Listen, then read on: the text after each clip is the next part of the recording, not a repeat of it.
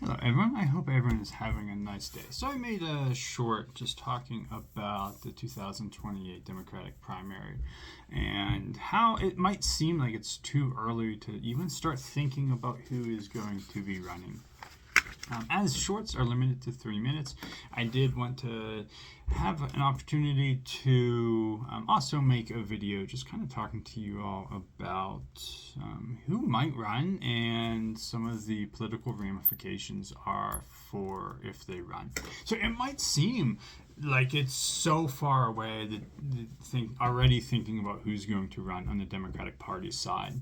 But we know those that are thinking about running are already positioning themselves to run.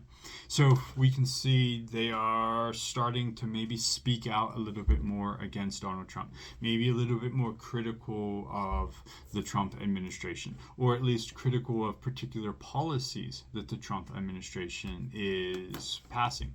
So a good example of this is J.B. Pritzker from Illinois, who has given a couple pretty fiery speeches condemning the Trump administration, going to the as far as saying maybe there should be people in the streets and large-scale demonstrations on the street, kind of positioning himself as more of a firebrand anti-Trump, anti-MAGA Democrat.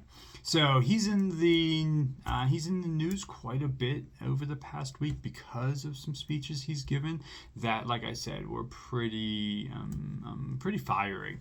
So when we look at how he's doing in polling, though, he's not doing great right now. So again, we are light years away from elections, but if we look at how he's polling under 5%.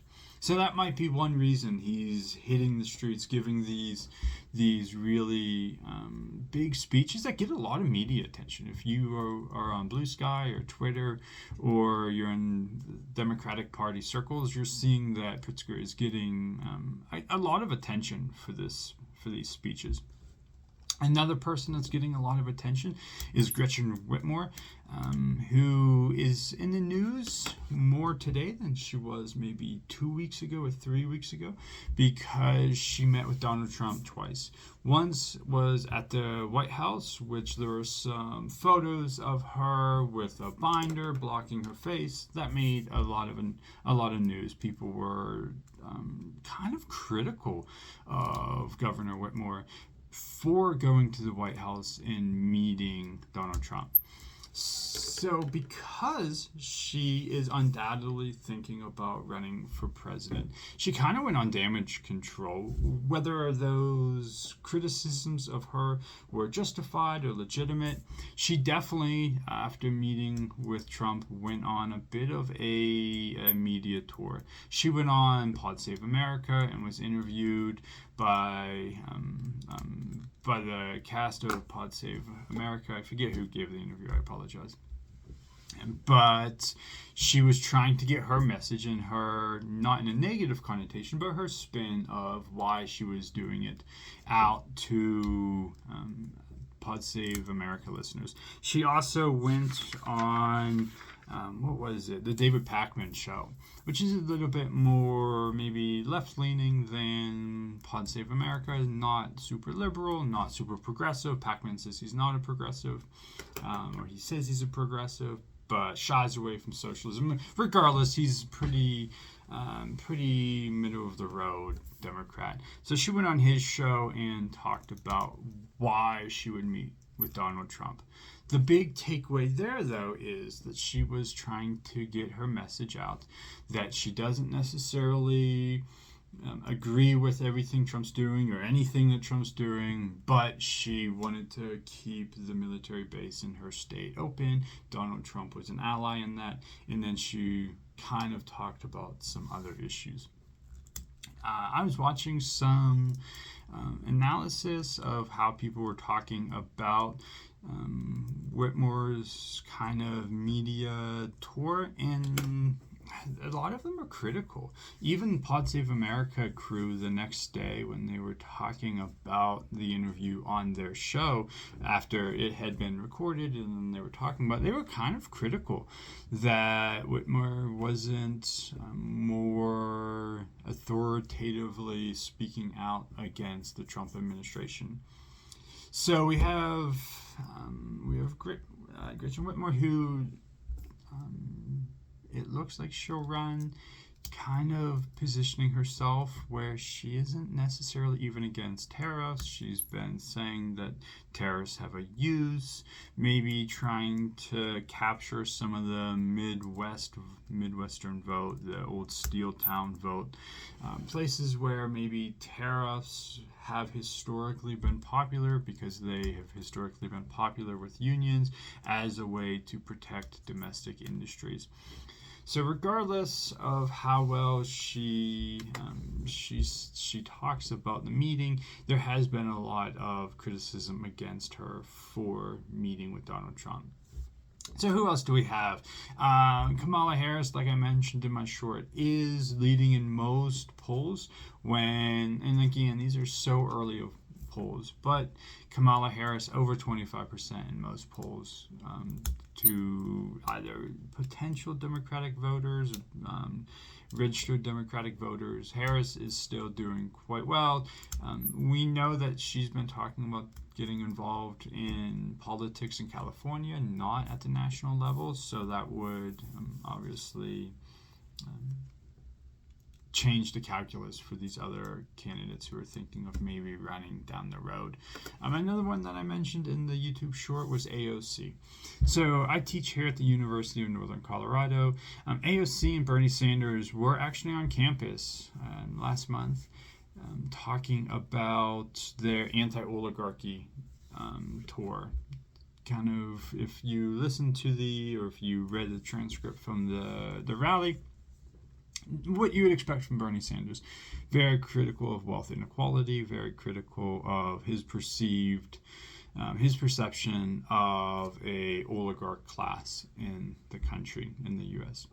Interestingly, though, AOC is touring with him. I think this is the first time Bernie's toured with another elected official like this consistently. Maybe a one-off rally here or there, but consistently. I believe AOC, you can correct me if I'm wrong, AOC is the first one he's consistently rallied with. So AOC maybe positioning herself for a future presidential run, maybe filling that void of the more left of the Democratic Party that will be there once Bernie Sanders retires.